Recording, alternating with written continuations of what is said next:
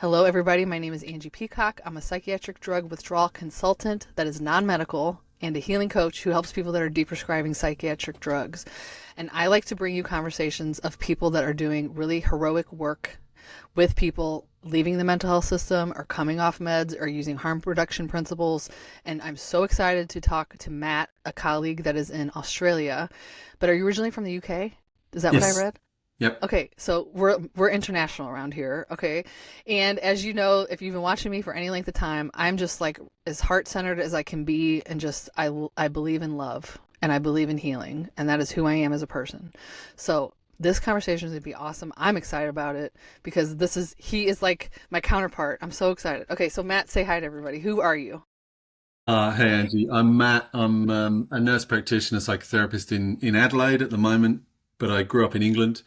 And I don't know how much you want me to say, but I spent probably the seminal parts of my journey as I spent more time than I'd have cared to in a public mental health system in the 90s and got diagnosed with all the psychosis stuff and schizophrenia, ECT, medication, hospitalization, incarceration, those things that I guess are the opposite of what you just said. You know, they're not about the heart and they're not about loving humans finding ways to be together. They're about one person doing something to someone else.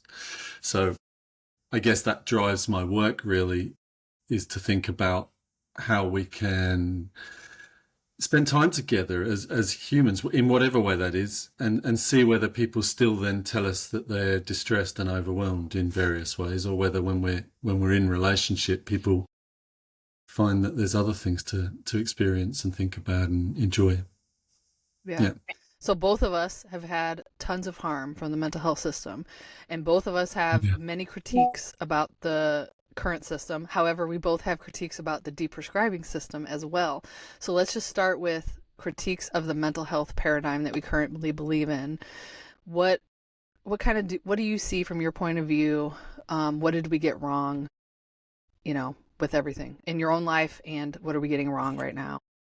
Well, I think what we're getting wrong right now is that we're just continuing to do the same thing and pretend it looks different. So the language shifts or the finances move to another area in another department. But there's no sort of courage in my mind to shift the idea about whether there's one group of people that are sort of the in group who are well, where everything's good, and then there's the out group, which is the kind of crazy people, the mad people, the people that can't fit into society's in group. And within that, we just keep saying, no, the in group's got it right. The in group's got it right. We got to do it this way. We got to do it this way. And then I think what we do is we co-opt things like peer support, which I hope I've been an ally of and a fan of, and I would see it has an influence my own journey in my work. But I think in South Australia and in Australia, I think that's just become part of the system model now. And that was always a Same in the States. Yeah. In right. the States, I've attended some peer support on psych wards, and it was all about take your meds and be compliant like your doctor says, and my meds helped me, and you need to listen to your therapist, and what kind of treatment plan do you have? It was very much coercion to stay in the system, not to like find what was right for the individual. Yeah, Yeah, same and, here. and and in that, Angie, then I don't think individuals mean to do that. I don't think individual peer workers, peer support workers go into it to do that. But I think there's a kind of extraordinary pull, just as I would probably argue in my happy days that some psychiatrists are really beautiful and want to do beautiful things. And unfortunately for me, what I experience is the majority do quite harmful things because we're continuing the same cycles. So the vast amounts of antipsychotics and antidepressants. I'm particularly interested in antipsychotics because I think that what we have here is we prescribe people quite a lot of these drugs and then dump them in primary care with a GP. People can't necessarily afford to see a GP. GPs don't feel specialised in supporting people around this, and yet the kind of patriarchal medical construct maintains a dominance that is almost impossible to move outside of. And then I don't know how you've experienced it, but for me as a nurse practitioner and a therapist, if you speak against the sort of hegemony, then you become marginalized. So you become part of the out group Yeah. without even meaning to. You're kind of trying to fight to get for the broader in group, but you end up which ironically, I don't know how you feel. For me, of course, that takes me back to I do probably find life easier with psychotic people than without the non-psychotic people, because I think Totally. there's a freedom Totally. and an honesty that isn't wrapped up in psychosis. It's like, this is how I am because I need to be this way. It's And so funny you then say that, that. I think, yeah, I find myself hanging out with more authentic people, quote unquote, that would be considered a little out there, but I feel more comfortable around those people for sure. Yeah. Yeah. yeah, So a critique I have about what you just said is that I've seen is that I think our systems don't notice this, but what happens is you have this pre-existing problem, some problem that happens in your life, and it could be I'm home away from home at college, or I have a bad breakup, or I had some traumatic experience, or I had a really bad job or a bad relationship. It's some situational thing.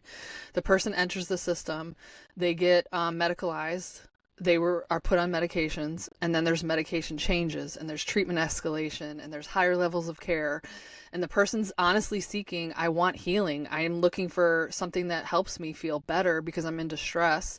But then you kind of turn into something else. There's this new thing, and it's like it's a medicalized, medicated thing that you become. And then some of us wake up to that and some of us don't. But for me, it looked like very slow and very subtle. I just left my own self and left my own life, and I was something else. And then I just woke up one day like, who am I? How did I get here? What had just happened? You know what I'm saying? So how do you see that? Like, what is happening to people that enter the system? well, and I think there's a step before that. So I think there is the way that the mental health industry and psychiatric construct has set itself up is that I hear families and individuals already talking about their mental illness before they've ever met anyone in that industry. So my child, I've got three girls. It would be really easy to say that my 16 or 17-year-old fits this criteria and fits this criteria without ever having anyone meet her or anything. Then my twin 13-year-olds, well, they're at a different phase, so they've probably got some other disorder label. And that's definitely something in the modern paradigm that I'm seeing. I don't get people coming to me to ask me to meet them anymore. Well, I do. I get beautiful people doing that. But I get a lot of families and individuals saying, can you confirm a diagnosis of ADHD, of psychosis, of borderline personality, of da da da da? And I say to them, oh, I don't do that. But even if I did, I'm not sure that if you think you know the disorder before you come, I'm not sure what you're going to get from that other than you get ensconced in the system. So I think there's a step before that where we haven't reduced the what Laing called the kind of psychophobia, the fear of our own minds. So when we see someone that's different, that's not living the way that's comfortable for me, I have to get rid of it, because if they're indelibly human like me and they're looking like the world thinks they're mad, I too might feel mad and I might be the one that gets put out in the cold. So I'm going to stop it happening. And then that's really comforting. If I take my experience of you, I watch your journey traveling around, and there's a threat to me in that because I have a house and You a got nice kids. garden and kids and all that, right? So there's good and bad. But when I watch you, I kind of get really excited, and then I'm like, oh, and that makes my life look really hard work and a bit dull. So I maybe Angie, if you could stop having fun and doing that. And what I don't think about is your struggles on that journey, right? I just think Yeah. that's fair to me. I can't bear that. And I think that's where we've gone wrong, is we've forgotten that every life I've ever met has a really nice shiny side and a really crappy, unhappy, distressing, confusing, overwhelming side. And Yes. evermore we want to only talk about the good stuff, which I think then increases the psychiatric labeling, because we say, oh, you don't, you're making the shiny look less shiny, so there must be something wrong in your brain and your way of being. And I Yes. think that's And getting what you worse. said, yes, I've seen this a lot, even in my own family, to be honest with you, where I had Mm. a family member who entered a psychotic state from alcohol and marijuana, and they have Native American genealogy in our family. So they're more susceptible to alcoholism and all the things. And so genetically, they're a little different, probably, just from the alcohol metabolism standpoint. So the person entered the state, and the family member was so scared about it and was like, we need to get them to the psych ward right now. And I was like, actually, you are the one that is the problem here because you're freaking out and they need a safe, loving place while they go through this experience. And we need you to manage your nervous system. We don't need to throw them on antipsychotics right now. Like, no, that's actually inappropriate. And I also see it with withdrawal people, that the person in withdrawal coming off meds, especially antipsychotics, is so feeling so raw and you know, their nervous system is completely dysregulated. They can't help it. And then, of course, that's a burden on the family. I'm not saying that that's not happening. But then the person is like, we need to reinstate. This person, it's too much. I can't handle it. I'm going to lose my job. And so, like, the whole family is teetering on this line of, like, what do we do? Yeah. You know? And you know, I think sometimes even when I hear you say nervous system, I worry that the kind of trauma-informed model that talks about the nervous system just puts it back in people's brains. It just says, okay, so their nervous system's shot. Now, I'm not saying they're not overwhelmed. True. They are. I agree with that. But one of my things about psychosis, as we call it currently, which I'm really passionate about, is maybe if we could see altered states as a common anxiety, just a common human phenomena, part of the homeostatic process. I need to survive and exist, so I'm going to put my energy into being in an altered state because that's how I can survive. Then I think we could understand that the way for that to change is not for us to do something, but to stop doing things. Someone's telling us this world is unsafe and not an environment I can exist in as I was. So my existence has changed into what we call psychosis or voices or visions or spiritual or however a person experiences it. And the example I'd give about this, and I'm excited to say this because I think it's fun. When we have a panic attack, right, people think their heart's going to jump out of their chest, right? They think their heart's beating at like 200 beats a minute and weird things are going to happen. Now, almost never would someone's heart be beating that fast, right? So if you take someone's pulse when they're having a panic attack, it's normally very undramatic, right? So why don't we call that perception that your heart's beating at 200, why don't we call that hallucination? Why do we call that a panicky anxiety concept? Because it also is a delusion of some kind. It's a warped perception, right? It doesn't exist right. when you think it does, right? Right. And for the most part, the threat that we're fearful of probably isn't going to eventuate, right? So that's another delusion, right? So that's part of my passion, is watching being. I think Lauren Mosher's work, they had a vigil room in Soteria and people could go in there and be, right? So that's kind of a big inspiration for me. What did Laing, what did Mosher, and in my own experience, I lived in a therapeutic housing community. It was pretty wild. It was pretty mad. There was 8 of us. We had 3 workers who just seemed like really beautiful everyday souls. And then we had 8 really quite mad people that the system thought were treatment resistant and psychotic and all that. And it was wild, like it was mad at times. And there was enough holding and being that the madness came and went. It comes and goes. The reason I'm kind of smiling is because I'm just thinking of Burning Man. Do you know what Burning Man is? You know what Burning Man is? I've watched Burning Man. Okay. Burning Man, for people that are watching, is this festival, and it's art, it's music, it's profanity, it's the profane and the sacred. I mean, it's like can be spiritual, it can be sexual, it can be a lot of things. And it is kind of what you make it. But there's a lot of madness. There's a lot of altered states from substances. There's altered states from music. There's altered ecstatic dance. There's yoga. There's all kinds of stuff. Nudity, like all the things that make you a human. Okay, and we don't call that psychotic, but it pretty much is compared to like the real. What does Laing call it? Like just consensual reality. It's definitely not in consensual reality. What I experienced for 2 weeks while I'm there. Okay. But I also for those that are watching also, because mostly my channel is not into altered states of consciousness, but there is some. But R.D. Laing was a person who studied this and wrote about it, and I hear a thread of it in your talking about we fear what feels dangerous to us and what we don't understand. So a projection of psychiatry is that these people are different and they're scary and that equals danger, and so we need to treat them. And R.D. Laing would say even psychosis or altered states are an attempt at healing. It's the person is trying to go through something to help them cope with their life. It's not this bad, scary, dangerous thing like we think it is. Yeah, and I would add to that, and so part of my passion or my fantasy maybe is that one day we'll understand so-called psychotic people in altered states, not just as people that don't have to be in those states, but we'll understand that they've given us an understanding of the potential of the human experience to survive. So it will go further than just saying they can be okay, they're okay. And we'll say, oh, for all these years, we've put women as witches, or we've put, spiritual experiences of all those things.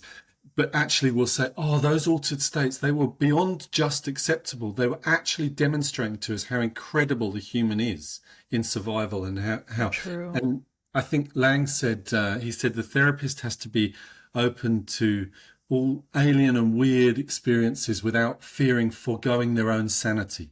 And that's what I was saying earlier. I think we're frightened that if you're mad here, and me and you are virtually the same because we're humans, and so there's a mutuality by being human.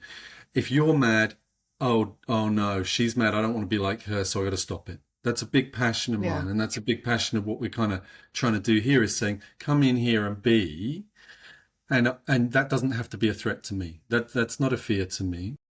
Maybe I even want to be like you sometimes. Maybe and then I think in the whole psychedelics movement, if I understand a bit about the psychedelics movement, and that psychedelics is about the states induced by certain drugs and how they work in the brain, and I'm interested in that. But actually, psychosis might be better understood as psychedelic, just without the drugs. So it's manifesting. I love that. Right? It's manifesting what's already there. So we're just hearing that expression. And so when I think of, sorry. Yeah. Keep going. When you think of... When I think of the likes of Robert Carhart Harris, who I'm a real big fan of in the psychedelics world, and I kind of want to get hold of Robert and say, can we talk about this? Can we talk about that psychosis there might be the same thing happening in psychedelic drug work as there is psychosis, and that way we can stop saying these people are crazy and these people are exploring trauma, and we can say everyone's trying to make sense.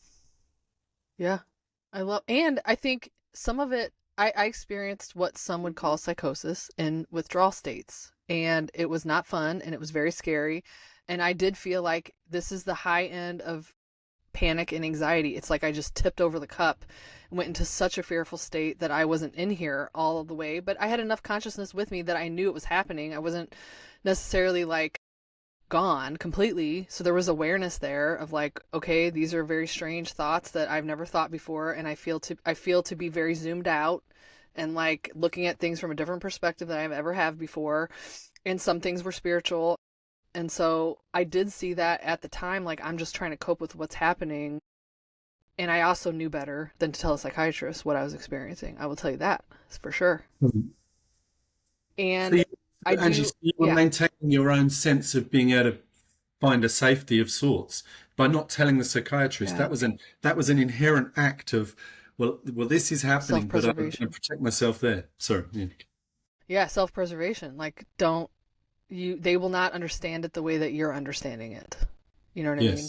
But I also saw in that experience, it was months. It wasn't like a one day thing, it would come and go or whatever. But I also saw that, wow, look at the human mind, what it's capable of. It is very powerful. And so while I was fascinated by it, I was also terrified at the same time.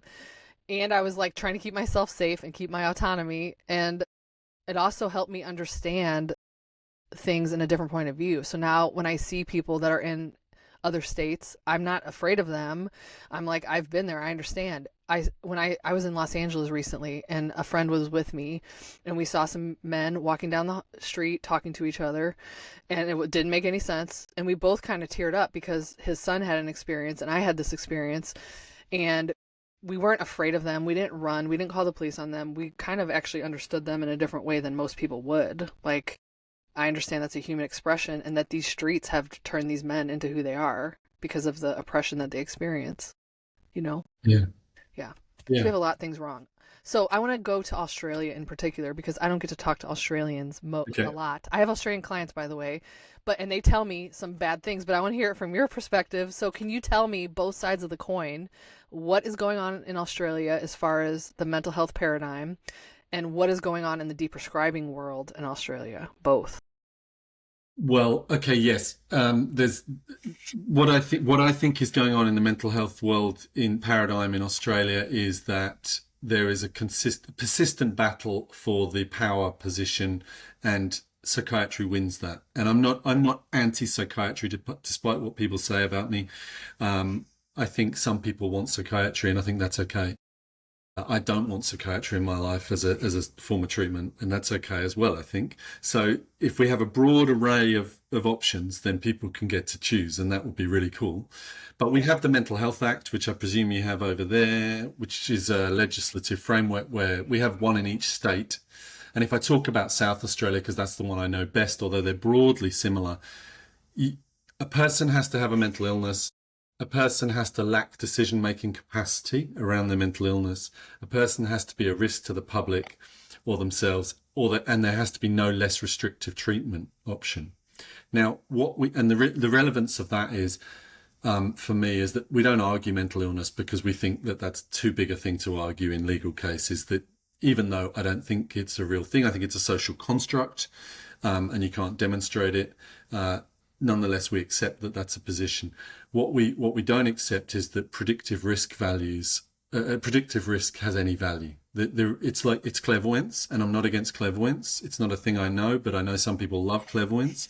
But predicting risk in suicide, psychosis, harm is clairvoyance. And it's partly for me because when if you and I are in here and you're worried about my welfare or my threats to others, when we press stop on this call, my context changes. So you predicting what happens after the change of this context is silly and nonsense. I'm not a psychic. But no. Yeah.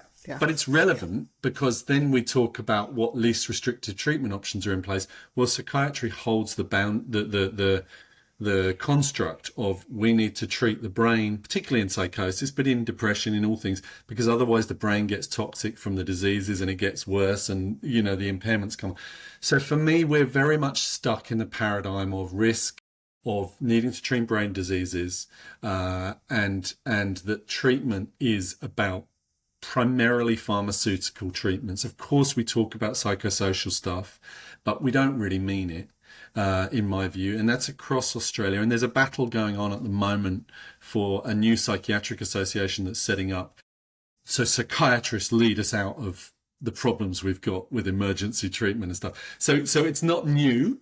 It's the same thing, but it's shiny. The emperor's new clothes. Exactly. It is the emperor's new clothes. And so we've got massive waits in emergency departments. We've got clogged up systems where people can't seek treatment. We have peer movements that have been, not everyone, but the majority are now within the systems. One of the things that I find difficult with that is that the people that come to our clinic, who are normally the 10, 20-year psychotic people that no one wants to work with, everyone's fed up with, they're too sick to see peer workers in the system. So they're too distressed, right? Which is madness, right? Like that doesn't make any sense. Here they would say they're too sick to even participate in therapy. That's how they treat them here. Absolutely. We get that here all the time. I saw it at my training. Yeah. I saw it like it's not even worth trying to give therapy to someone with schizophrenia. Like don't even waste your time, basically. And then I think, Angie, there's the social media mental health system. I don't think social media is informed by significant people coming around tables and having policy discussions. I think it's focused on how shiny and good you look on social media, and that influences the next political movement. So if I can go on LinkedIn or Twitter or Facebook or Instagram and say something that's going to make someone in power feel like that's a vote winning strategy, that's probably the model we're going to have. So we have NGOs, non-government organizations here, who are almost entirely funded by the government, which you can argue is a good thing. But if that was Russia, we'd say it was government corruption, right? In Australia, we say it's a really great thing. And I say, well, 98% of your funding comes from the government. I presume you're saying what the government wants you to say. We got, I don't know if you know RI International over there in the States. It's an American recovery organization. We bought Recovery International? Yeah. Yes, okay. I've heard of them, but I don't know what they do. We brought them over here, right? And bought their model. And I was talking to their CEO when he was over here, and I said, you talk about recovery, and I'm thinking about humans on a journey. And I said, but you're also talking about mental illness a lot. And his response to me was, well, we have 2,000 psychiatrists. We're not going to upset, the structure of our organization. Political. Yeah. And political. That's not even really a criticism. It's just a reality. So that's the paradigm for me, is that we're still not any further forward with grappling with, there's people who are normal, and there's people who are not normal. And those normal ones have There's mental people in illness. power and there's people without power. Yes. Yes, I think so. And so then, of course, the psychiatric drug movement follows on from there, which is that it's a bit of an underground scene for me. There are some people speaking about it, but it, you know, me as a nurse practitioner, to take people off antipsychotics is a threat to my registration and license. There's no doubt. There's no doubt that psychiatrists in South Australia have tried to have me reported to boards and struck off in the last 10 years. And that is not uncommon if you speak up. So I think it's a kind of okay for me. I mean, if I lose my job and I lose my license, well, I don't want to, but yeah, that's right. You know, it can be a celebration. I remember when Lauren Mosher wrote a public letter of resignation to the APA, and it was still, when you read it from 1997, I think it was, it's still as relevant now as it was then. Wow. And so I think the system is stuck in, it's all got to be peer work. That's the narrative. But that has become, for the government and the people in power, a kind of lie, really. I would challenge you, anyone, when I was in London working last year, I asked one of the head psychiatrists in the system, do you really, really believe that peer work brings an equal status of support to psychiatry? You know, the person you saw last year as a patient in hospital, do you really believe? And of course the answer is no, right? So we talk about it as if it's equal and it's valued, but there's this. But it almost it sounds like a proxy person that's cheaper and just like a touch point, but it's not real. It's not real. I mean, not in the way they think it is. No. Like, and then if you think about deprescribing, right? The benefit of me is that I've got a prescribing license. So people might not like I'm a clinician. But we need you. We need you to write our so script. we need everyone, right? Yeah. We need all the different facets, and then we need to come together and where we started as humans within those roles. So we need beautiful humans taking not risks, but, you know, being willing to manage our own stories in our own minds from our own histories and ancestors and spirit and culture and religion and whatever it is, all those stories that interfere with whether I can be with you. I need to take responsibility for those, and then I can listen to you without fear. And then you'll tell me that only you know your story, Angie, only you. I can't know. It doesn't matter whether I'm a nurse, a therapist, I've got a lived experience, blah, blah, blah, blah, blah, dad, whatever. I don't know you. I only know my experience of you. So how do we have the courage to say, I'm going to trust you, Angie. I'm going to trust you that in all of you, how you are, you still know your story, which means you still have the story that'll take you from here forward. And so I think that's where we're stuck, is that we take people off these psych drugs, but there's still an underlying story that they're mentally ill. Just last week, I heard someone's psychiatrist tell them they're going to go, that there's a risk of them going into rebound psychosis, which means, actually, when you look it up, it means a reemergence of the original condition, you know, symptoms of the original condition. So it's not withdrawal symptoms, which we might accept from heroin or any other drug like that. It's the old illness is coming back. And I think, unfortunately, everyone within the system still ultimately thinks that. Oh, yeah. That's hanging on real tight. And I think we have some work to do in that area about explaining the difference between relapse and withdrawal. And it's hard to prove because we don't have research to prove withdrawal. So we, at least in my community here, we say things like, if you're having burning skin, brain zaps, tingling, if you have physical symptoms, it's most likely you're also having mental ones. And in some cases, it can look like your pre-existing condition. And to hold that uncertainty of what's actually happening is very difficult, especially for a system. They can't hold uncertainty at all. They want to know and do something about it and make it stop, because that's just what they know. Okay, yes. But you said something very important here. Please follow up, and then I want to go back to something you just said. Go ahead. Sure, I just wanted to say, because I've just taken someone off lorazepam over here, and Latuda probably is known as over there, and it's an antipsychotic, 13 years, and there was various aspects of it, but one of them that really interested me was that this beautiful guy came in and told me these transient symptoms. So one of them was that he had breathing difficulties. So he had an asthma type experience, and it only lasted about 3 weeks. But his response, and he's a great guy, his response was, we've got a problem with the sea here with some algal bloom in the sea, and so people are getting breathing problems. And it wouldn't have been his consideration to think that this could have been a psychiatric drug withdrawal symptom for a brief period. Right. It was obviously that, right? Then his stutter, he's got a speech impediment, his stutter got worse, but only for a couple of weeks. And these are the subtle changes that happen in psychiatric drug withdrawal that we, whether it's physical or mental, we quickly jump on and say, oh, these are scary. But actually, his breathing got better once his body was able to, in that hyperbolic way, able to settle in. Okay, cool.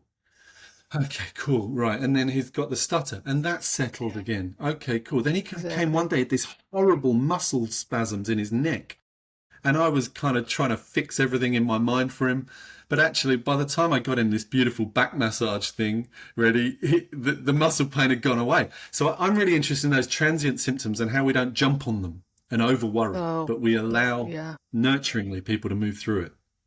Yeah. Yes. The way we reframe that in my community is kind of like your sensations, not symptoms, your sensations are both the injury that you've sustained from taking this drug, this long term, or the neuroadaptation that's occurred in your body, but it's also signs of healing that your body's trying to regulate. So like we don't want to make them stop. We're not trying to treat symptoms here. We're trying to move through the experience and allow our bodies to recover because they know how to do it. You're not in charge of this the way you think you are.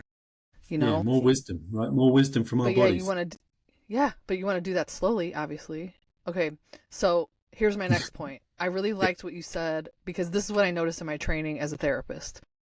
They wanted me to take all these trainings like CBT, CPT, EMDR, prolonged exposure, get them all and shove them in your head so that when you're sitting in front of somebody who's telling you their problems, that you have a theoretical perspective to work from so that you can interpret what's happening with them and then know how to treat them.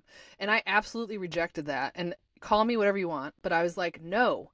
And I even got cornered in the hallway by our dean of mental health, who's basically like the principal of your school. And he said, Angie, if you claim to be wanting to work with post-traumatic stress, then you need to take prolonged exposure because it's the best we have. And I said, I've read the study and people voted with their feet and they left because it was too intense and it was traumatic. And I don't believe in flooding people. No, I don't.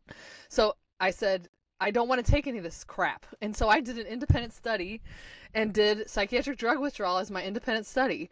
And I went that route. And so I felt very intuitively like I don't want a bunch of stuff in my brain because it prevents me from being with the person in front of me. So then I put my energy into Gestalt more than that because it was a way of like working in the moment of what's happening in front of me. So talk more about some of these therapeutic models and the crap we jam in our heads to try to interpret each other. And is there a different way? There is a different way.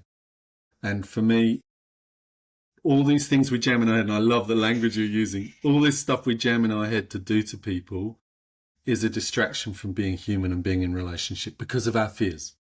If someone's describing PTSD, it can feel really overwhelming, really scary, really hurtful, really sad, really engulfing.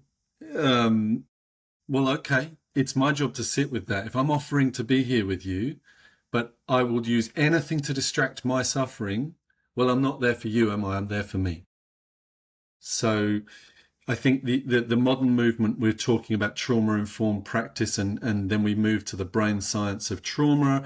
I think that's another process of doing the same. Of course, I'm in favor of being good to humans and holding space and being with people and not doing harm. But the trauma-informed movement and trauma therapy movement has just become another industry. So I'll give you an example. Now I can say more about what we do as an alternative. But recently a psychiatrist reviewed a patient who's on 7 psychiatric drugs, who's been in the system since they're a teenager, got multiple physical complications because of some of the drugs. And this person went to see the psychiatrist, and he wrote to my colleague Bernie, who's a beautiful human, using the approaches we use here, and said that you're listening to this person has enacted the neural endophenotype for anorexia. And so listening for 2 sessions, she listened to her about stuff in her childhood, that was enough to enact an eating disorder, Oh right? my gosh. I mean, Okay. it's. I don't know if we're allowed to swear on here, but it's bullshit, Yes, right? please. It's Yes. madness, right?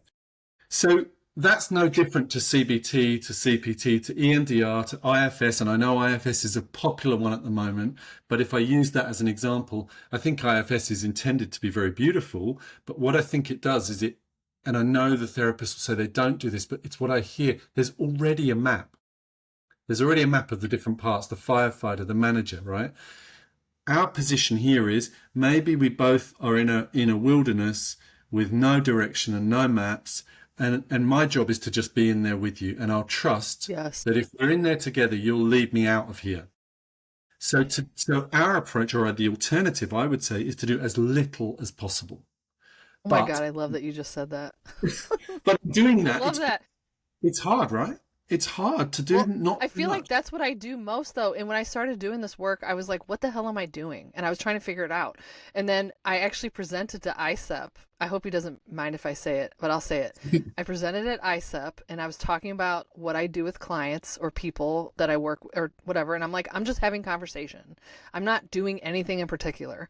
And then one of the, I won't say his name because I don't want to rat him out, but he's actually a mentor to me and I adore him. And he does such substantial, like 30 years of publishing in this field, like that we are. But he said, I argue that that's not what we're doing. We actually are doing something. We have to do more than just have a conversation. And I'm like, I don't think so, actually.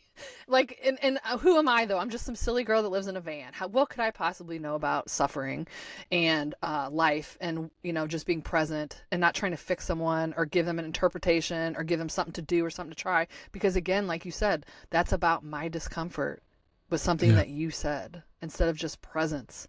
And one other thing we talk about, especially in my groups, we talk about people lose family members, they lose support, they lose their friends because everybody in their life is trying to fix their symptoms, or why don't you just go back on the meds, or don't listen to those people online, you need to listen to your psychiatrist.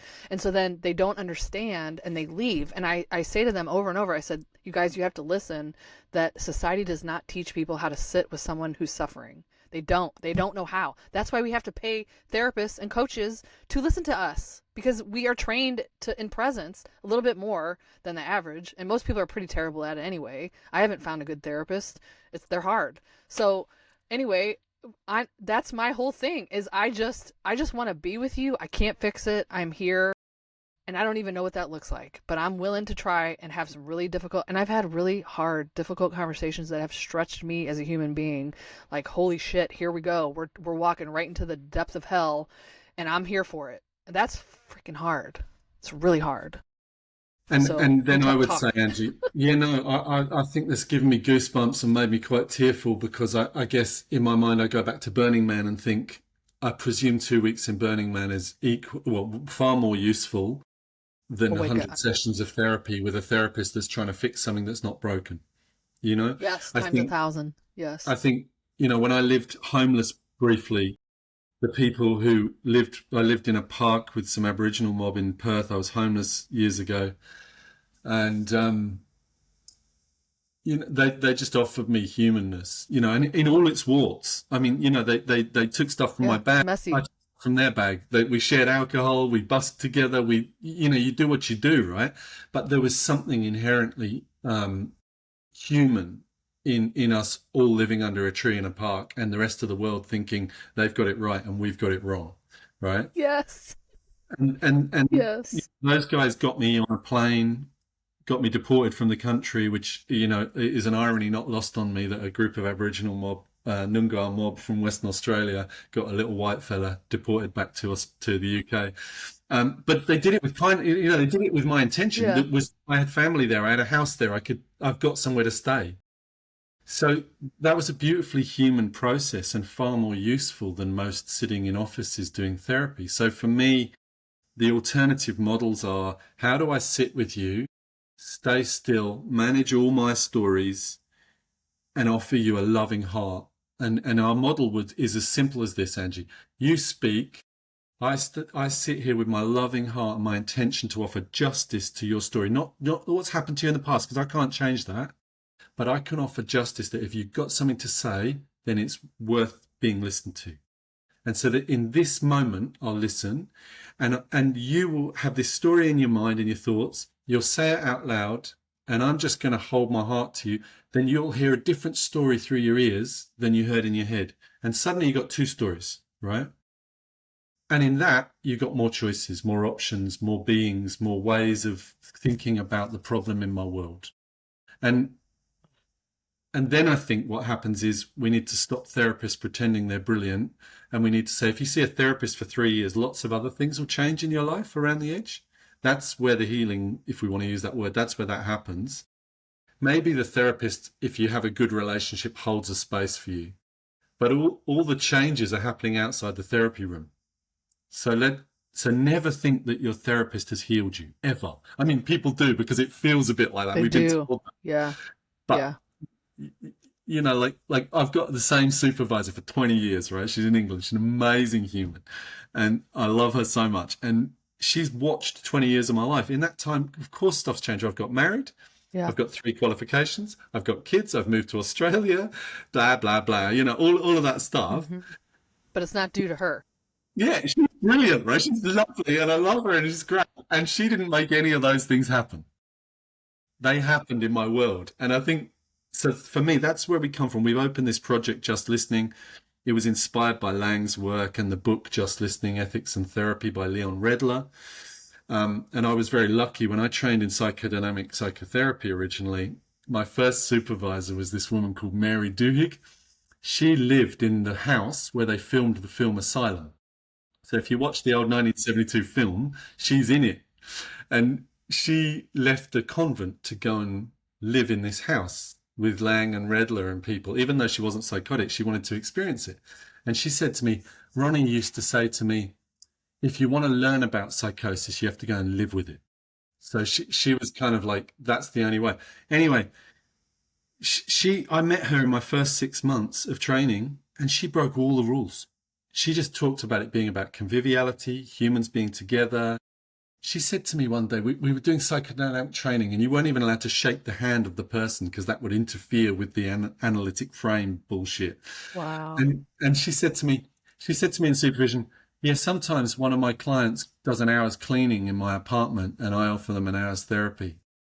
And I was like, oh, you can't do that. Like, wow. What if they put away a drawer? What if they, steal these cigarettes? Yeah. What if they... And that was the world I was introduced to. So I think we're trying to hold some practical realities here. We have someone very kindly donated us a building and that we can use to run Just Listening. And so we train community members, and there's 3 of us, me, Rory and Bernie, and we offer 5 days a week, a place where you can come. You'll never be detained under the Mental Health Act. We'll never stop you leaving. You can come as often as you want. Come and be in relationship. You can either have some one-to-one support, which is just listening. We wouldn't interrupt you. We'd just let you speak and come to your own wisdom. Or there's a group twice a day, which is very similar, but just in a group. And then there's a community space, and it's run like a therapeutic community.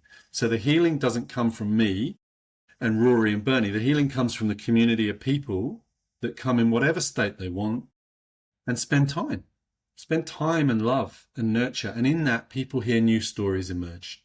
And then we trust them to use those stories in their world.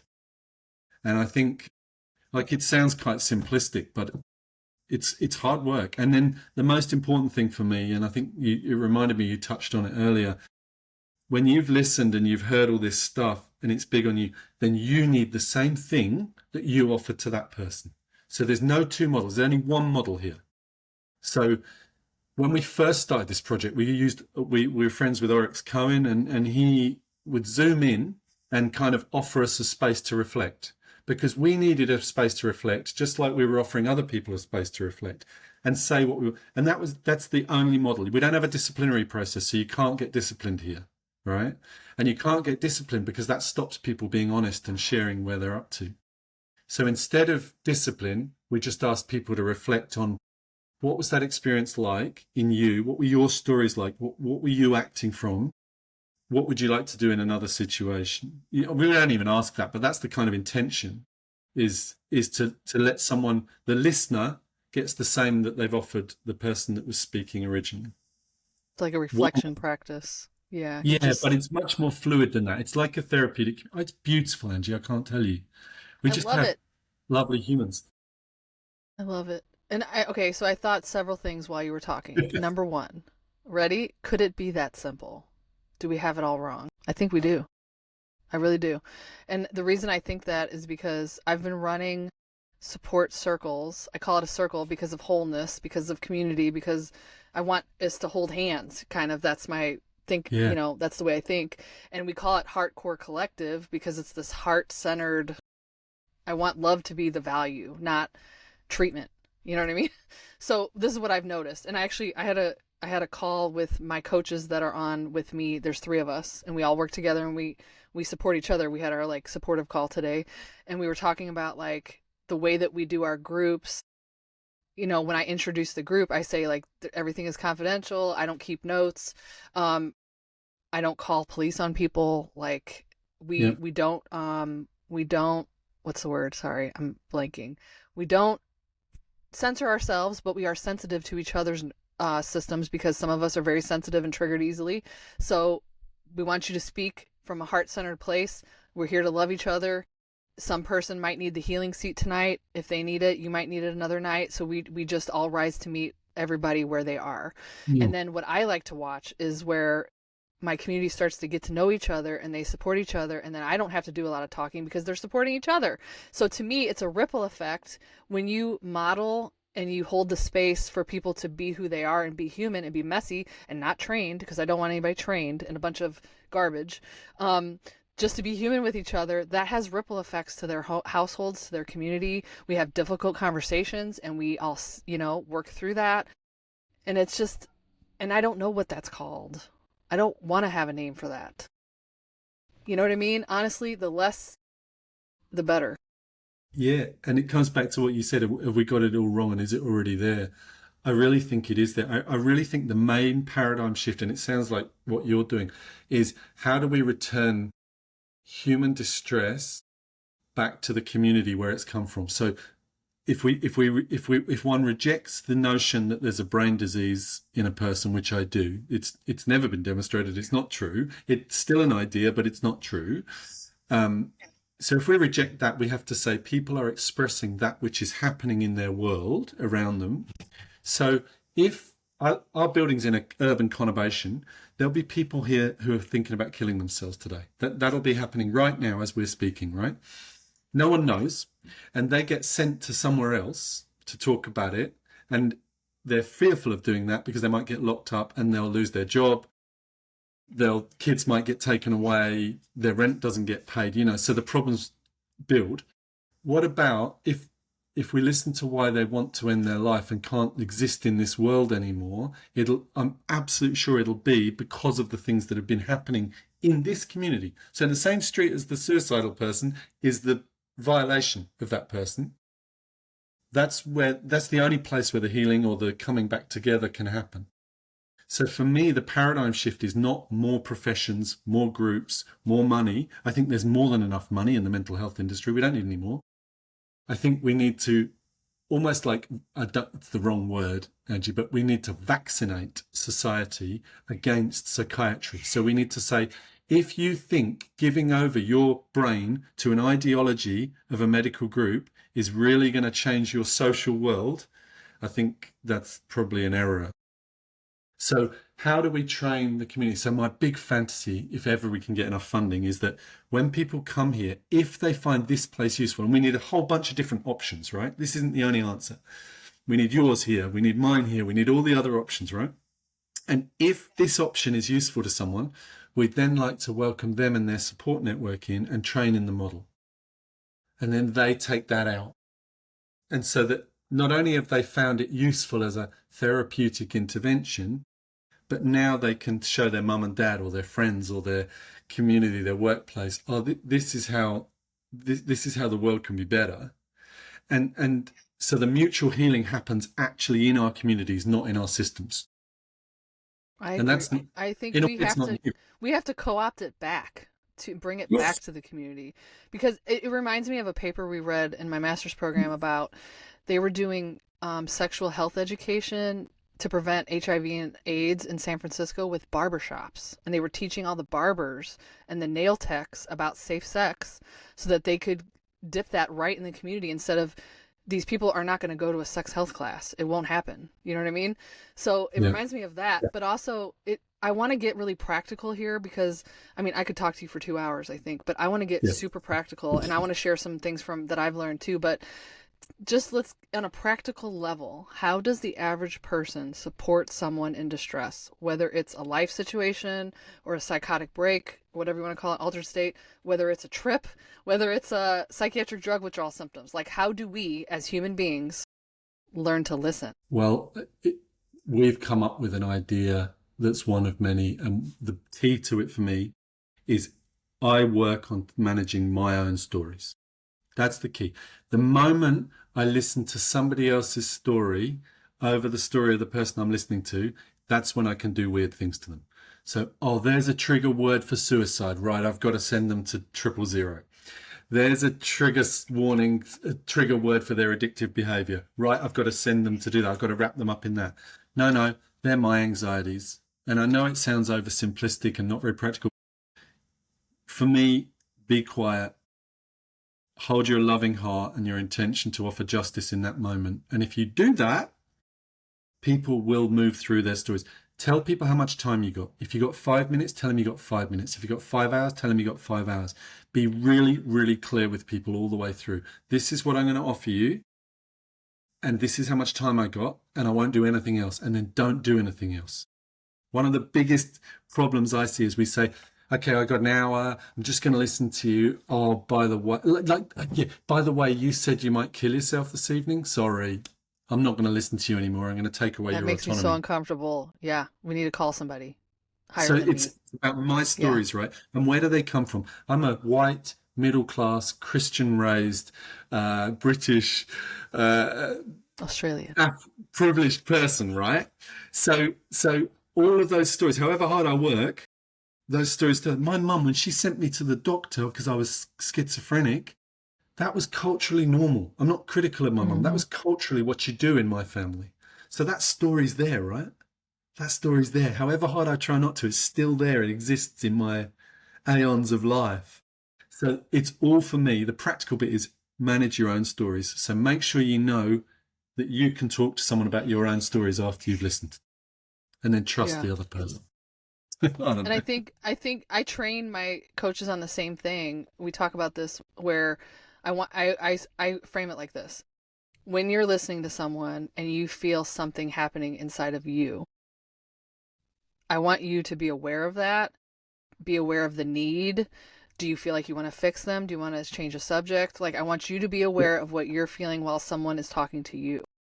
And so usually it's a body sense, and there will be like an impulse to like, let me fix it, or let me tell them something from my own story. And it can be very invalidating to someone when you're talking and you're sharing like your horror hospital story and you say, oh, that happened to me too, and this is what happened.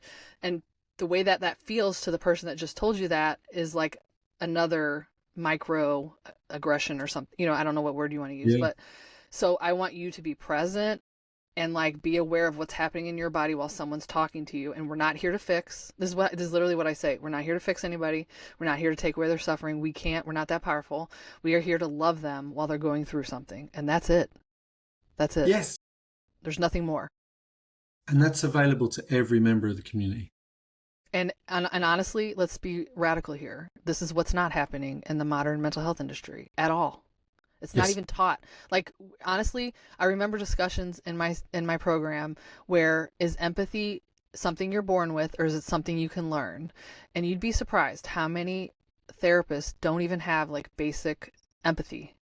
They can fake it, but it's not like a real deep listening, heart-centered, empathetic presence. It's just not, I agree. And I think we get caught up with a range of distractions. I was asked, a peer worker asked me to supervise him on his training, which was a joy, and I really valued it. What really struck me was when he came to me and said, can you clarify with me what my legal responsibilities are if someone's suicidal? And I said, you don't have any. You don't have any. That's the whole point of peer work. You're a mutual human.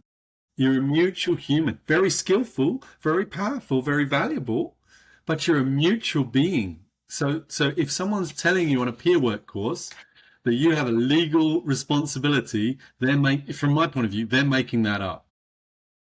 That's not true.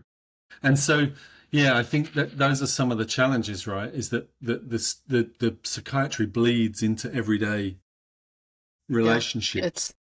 It's tarnished everything. It's become like a societal norm that we're not even aware that how much it's permeated. You know what I mean?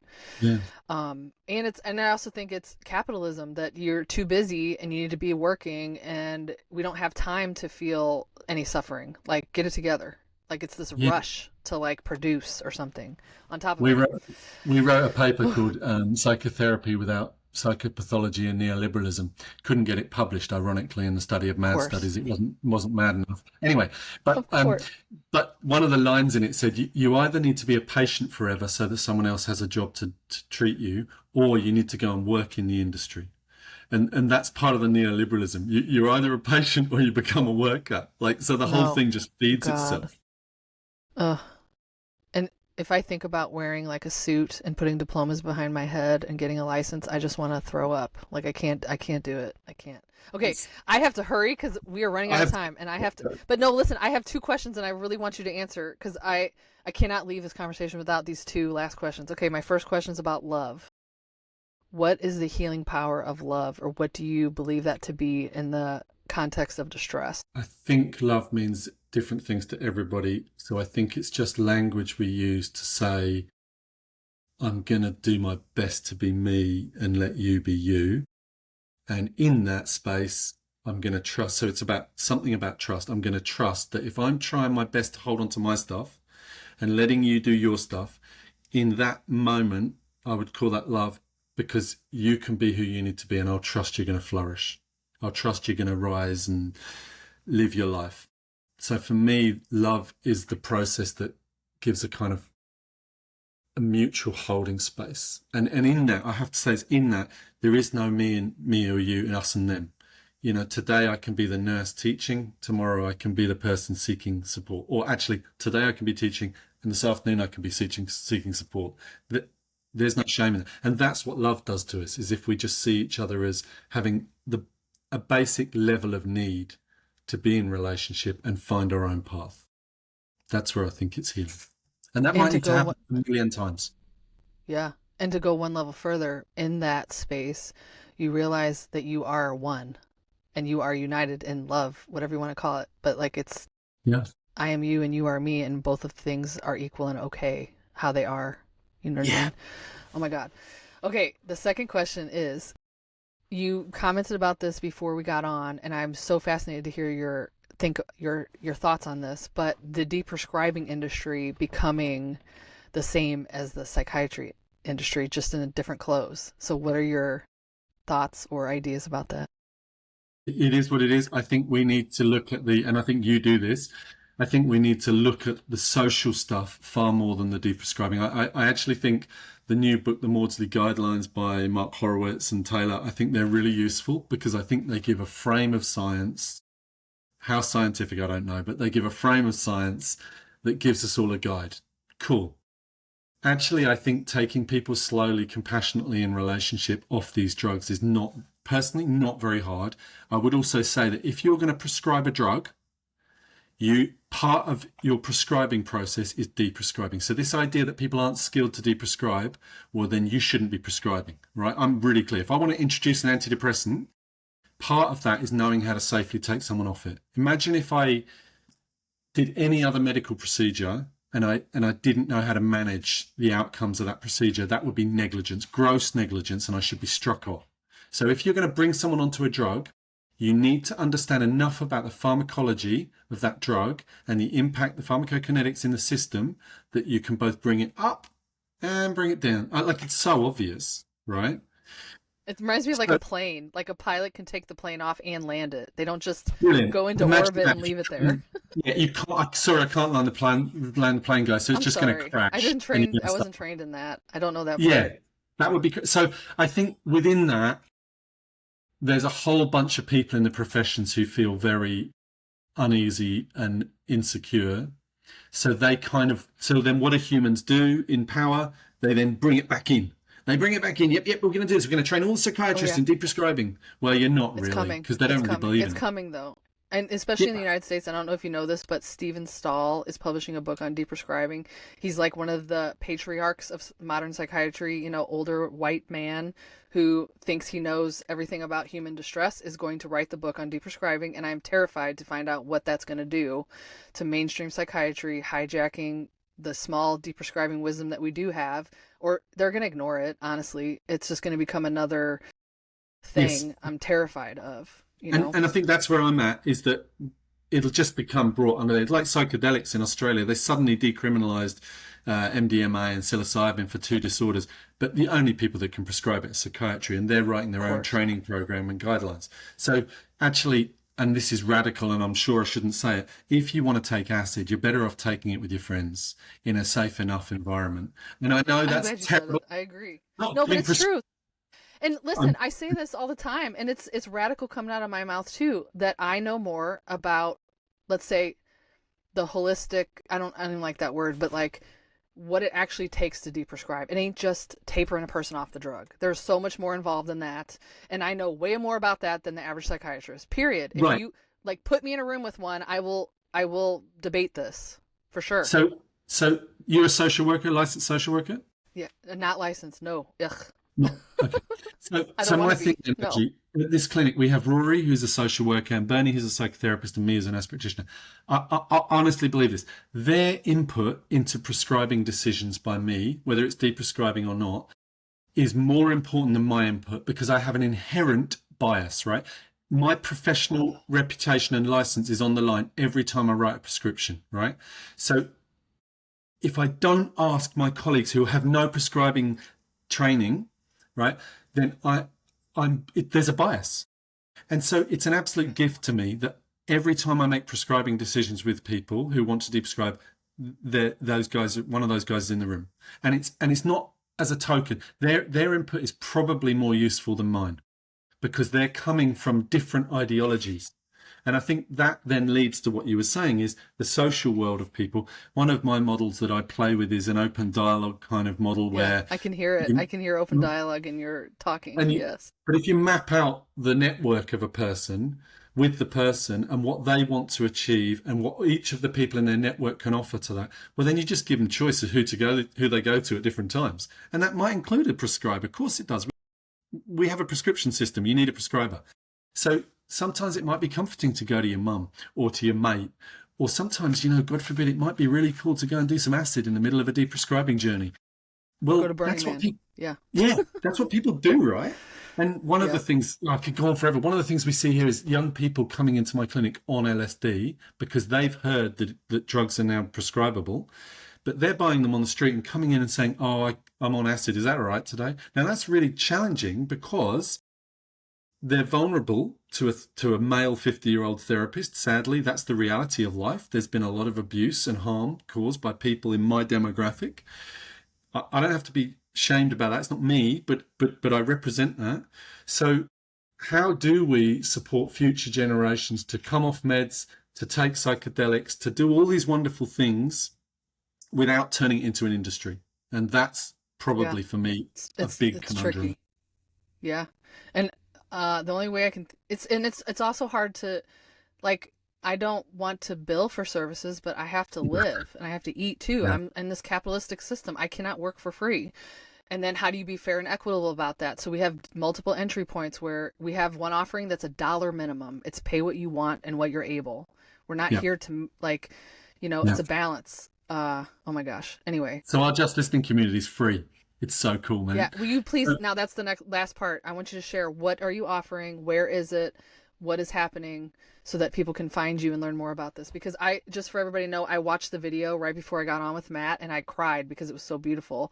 And he mentioned Being Human, which is my RV channel, Being Human RV, because I feel like I just want to be human. I don't want an interpretation. I just want to be who I am. Like, let me be who I am, please.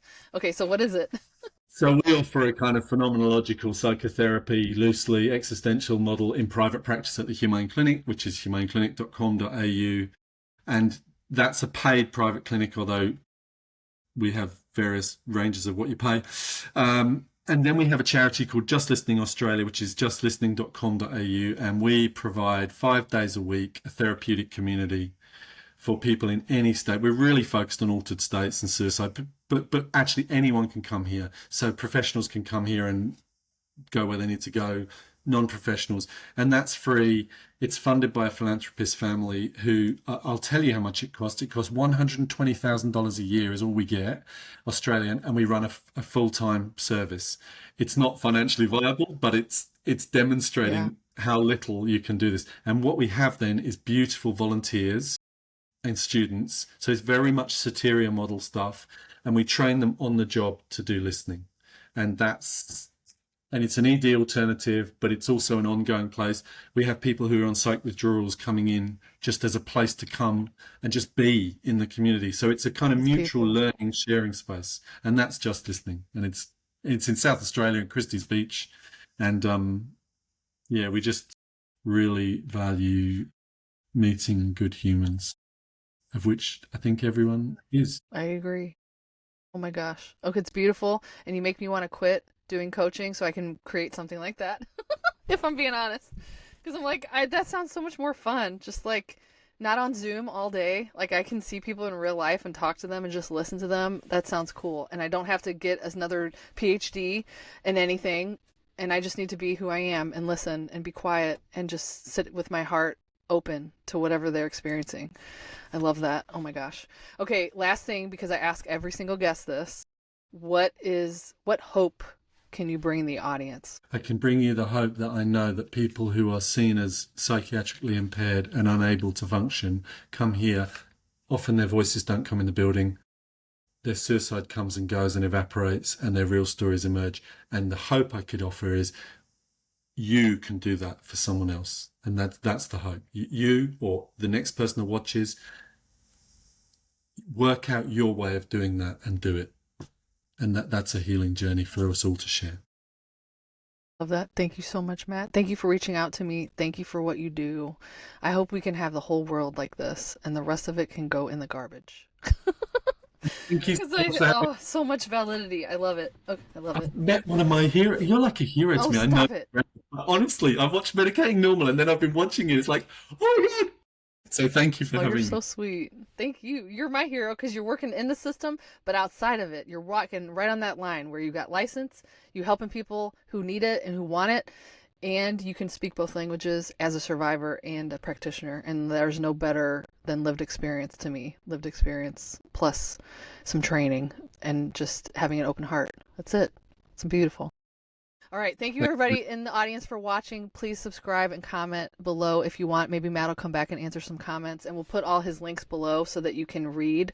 So just check out the caption for links to his offerings. All right. Thank you, Matt, so much. Thank you.